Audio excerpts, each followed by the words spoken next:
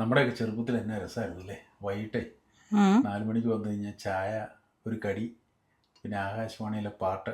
ആഹ്, എന്നാ ഒരു ലൈഫായിരുന്നു. ഹാ. ഇപ്പം എല്ലാവരും ഫോണിൽ തന്നെ രാവിലെ മുതൽ.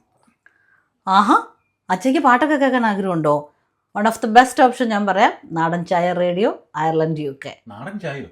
ഞാനിപ്പോൾ വന്നപ്പോൾ അത് കേട്ടോണ്ടല്ലേ വണ്ടിയിൽ ഇങ്ങ് വന്നേ.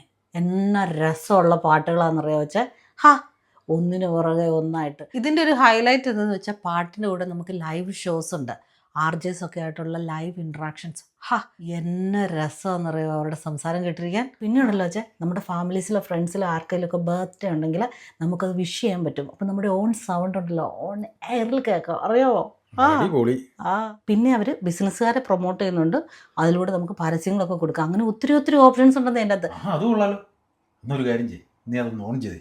നമുക്ക് ആ ചായയുടെ കൂടെ ഒരു പാട്ടൊക്കെ കേട്ടാൻ കുടിക്കും. അതിന് തന്നെ ഞാൻ വെക്കാറില്ല. ആരാരും കാണാതിവിടെ മുന്നിൽ പൂ പോലെ വന്നു വിടർന്നു. ആഹാ, അത് ശരി, ഡാൻസ് തുടങ്ങിയോ? എന്നാൽ പിന്നെ ഞാൻ 2 സ്റ്റെപ്പ് ഇടട്ടെ. മുന്നിൽ പൂ പോലെ വന്നു വിടർന്നു. സുന്ദരി നിന്നിൽ വിരിഞ്ഞിടും മോഹനരാഗം അറിഞ്ഞു ഞാൻ. കല്ലോലിനിയുടെ മാറിൽ പോയി കഥകൾ പറഞ്ഞിടാം, കളികൾ പറഞ്ഞിടാം, ഹൃദയം മറന്നിടാം, മധുരം നുകർന്നിടാം. ശശികല മിഴികളിൽ ഒളിയുമായി വിളിക്കുന്നു നീ. ശരത്കാല സന്ധ്യ കുളിർത്തൂകി നിന്നു, മലർക്കാവിലെങ്ങോ കുയിൽ പാടി വന്നു.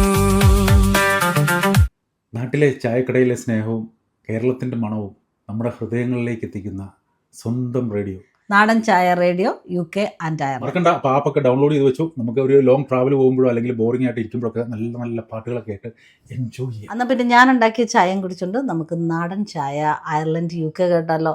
കൂടെ ഉന്നക്കായും ഉണ്ട്. ബാ.